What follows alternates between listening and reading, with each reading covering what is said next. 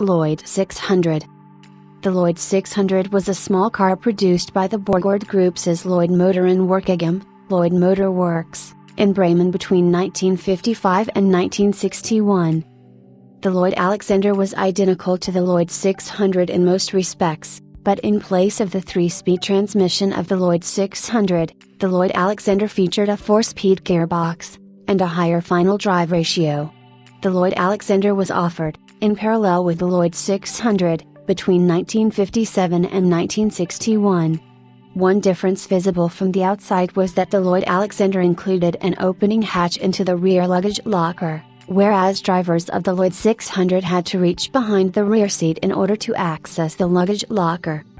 There was also a Lloyd Alexander TS offered between 1958 and 1961, which featured a larger carburetor and a high final drive ratio, as a result of which it offered a maximum power output of 25 PS instead of the 19 PS available from the engine fitted to the Lloyd 600 and standard Lloyd Alexander.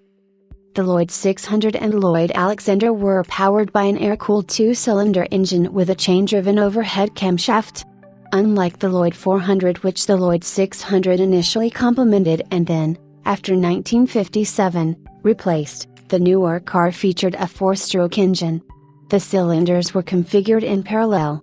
The engine capacity of 596 cc provided for a maximum power output of 19 PS, 14 kilowatts, at 4,500 revolutions per minute in the version supplied on the Lloyd 600 and the standard Lloyd Alexander, applying a 6.6 to 1 compression ratio.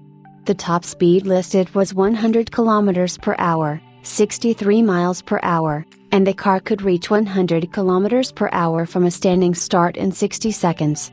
The car was fueled using regular grade petrol, gasoline, and when driven normally consumed fuel significantly more frugally than West Germany's best-selling small car, the Volkswagen.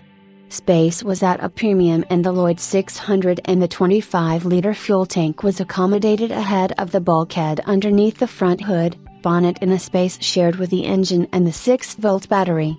Power was fed to the front wheels via a 3-speed manual gearbox which used the same ratios as it had on the earlier Lloyd 400 from which it was lifted. Sources sometimes follow the manufacturer in adding a 2-digit prefix to the name of the Lloyd 600 in order to differentiate between different body types as follows: Lloyd LP 600, Limousine, Saloon/Sedan. Lloyd LC 600, Cabriolet Limousine, Cabriolet. Lloyd LS 600, Combi, Estate/Station Wagon. Lloyd LK 600, Kassenwagen, Panel Van. According to the manufacturer, LP was short for Lloyd Person Wagon, Lloyd Passenger Car. However, it quickly became adapted for the alternative epithet, Luftpostbomber, an untranslatable term, heavy with irony, and originally applied to the LP 300 in 1952 when the car's outer body was formed not of steel panels but of plastic synthetic leather sections fitted over a timber frame. The front wheels were suspended from 2 transversely mounted overlapping leaf springs, supported by telescopic shock absorbers. The rear wheels were attached to a swing axle supported with longitudinally mounted leaf springs. The footbrake was controlled using a hydraulic linkage and drum brakes all round. The handbrake worked on the front wheels and was operated with a cable linkage. The steering employed a rack and pinion mechanism which was conventional at the time. It required 2 turns between opposite locks. The turning circle was 10.45 meters, 34.3 feet.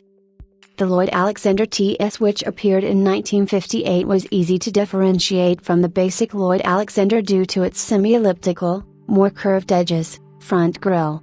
The TS was fitted with an all-synchro mesh 4-speed gearbox. Thanks to the larger carburetor and raised compression ratio, in this application of 7.2 to 1, the manufacturer was able to claim a top speed for the Lloyd Alexander TS of 107 km per hour, 68 miles per hour, and the time to 100 km per hour from a standing start was reduced to 56 seconds.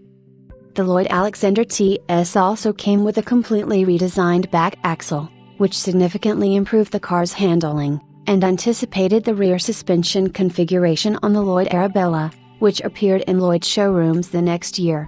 The rear axle was attached using semi-trailing arms, generally identified in contemporary sources simply as trailing arms, with progressively acting coil springs. The TS also incorporated detailed enhancements such as the windscreen washer system and, new for 1957, asymmetrically dipping headlight beams. As with its predecessor, the Lloyd 400, the full name of the Lloyd 600 featured a two-letter prefix that identified the body shape as follows: LP 600, limousine, saloon; LC 600, cabriolet limousine, cabriolet; LK 600, van; and LS 600, estate. With the Lloyd Alexander, these prefixes were dropped. There was, in any case, no cabriolet limousine version of the Lloyd Alexander listed. 10 years earlier, with steel in desperately short supply, Lloyds in this class had been constructed round a timber frame, and covered with synthetic leather, or more recently using a combination of steel panels for the outer door skins and fabric covering for parts of the car body not needing the same level of exterior rigidity. This history was reflected in the structural architecture of the newer steel-bodied Lloyd 600 and Lloyd Alexander models.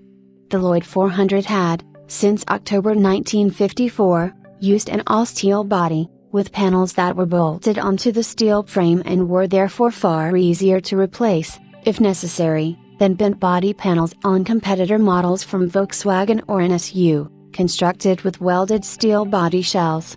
This feature was carried over to the Lloyd 600 and Lloyd Alexander. The body sat of a tubular steel chassis. The windscreen on the Lloyd 600 and Lloyd Alexander models was flat. At the back, however, on all Lloyd saloons, sedans, a small flat rear window had been replaced by a full-width curved rear window back in 1954. The doors were hinged at their rear edge through till 1961, by which the arrangement was becoming rare. It facilitated access, at least to the front seats, but by the 1960s people were beginning to express safety concerns over the risk of the doors bursting open while the car was moving. The Lloyd Alexander Saloon sedan was differentiated from the Lloyd 600 by an external boot trunk lid giving access to the luggage compartment for those unable or unwilling to clamber into the passenger cabin and reach past the back of the back seat. Another visible difference was the windows on the doors, which on the Lloyd Alexander wound down fully into the doors. On the Lloyd 600 only the front half of the two-part door window could be opened, sliding horizontally backwards, a lightweight and expensive arrangement which was replicated in Britain on the first Minis in 1959. The Lloyd 600, Lloyd Alexander body offered accommodation in the passenger cabin for 4 adults, but access to the rear seat was difficult and space cramped, with the width of the back seat reduced by the space taken up by the rear wheel arches.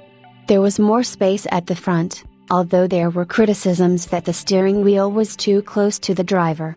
The luggage locker at the back had a total computed capacity of 104 liters. Lloyd itself still had no heavy presses for stamping body panels from sheet steel.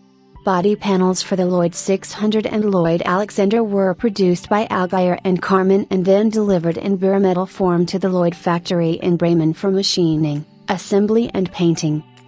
During the 1950s the small car market in West Germany was increasingly dominated by Volkswagen.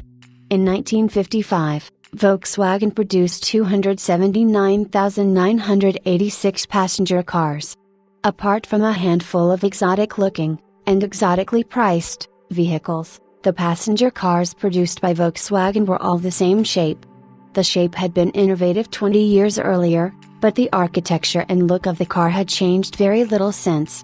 The approach of the Borgward Group could hardly have been more different. In 1955 the group produced 91,810 passenger cars, using 3 different brands and offering a wider range of models than any other West German manufacturer, with models replaced or substantially upgraded every few years. One result of these contrasting approaches was that it was Volkswagen that set the prices in what was still an acutely price-sensitive market segment. In March 1954 the price of a standard Volkswagen was reduced to DM 3,950. It came down again, to DM 3,790, in August 1955, a level that it held till 1961. The standard Lloyd 600 was priced, between 1955 and 1958 at Dm 3680, a price which after 1955 undercut the larger and faster, albeit less fuel efficient and, some felt, more old-fashioned, Volkswagen by a margin of barely more than Dm 100. With the Lloyd Alexander, launched in 1957, there was no attempt to undercut the basic Volkswagen on price. The standard Lloyd Alexander was launched in 1957 with an advertised price of Dm 4060. The Lloyd Alexander TS arrived in 1958 priced at Dm 4330. Sales analysis differentiating between the Lloyd 600 and the Lloyd Alexander has not been located, but combining the two models gives a sales volume between 1955 and 1961 of 176,524 units. Sales dropped off sharply in 1960, which was the first full year of production for the manufacturer's own new Arabella model. The first NSU Prince, very similar in terms of size and performance, and priced in 1958 at Dm 3739, managed a production volume of 94,549 units between 1958 and 1962. By 1960, Volkswagen were producing more than 700,000 Beetles in a single year. Their West German competitors were feeling the squeeze.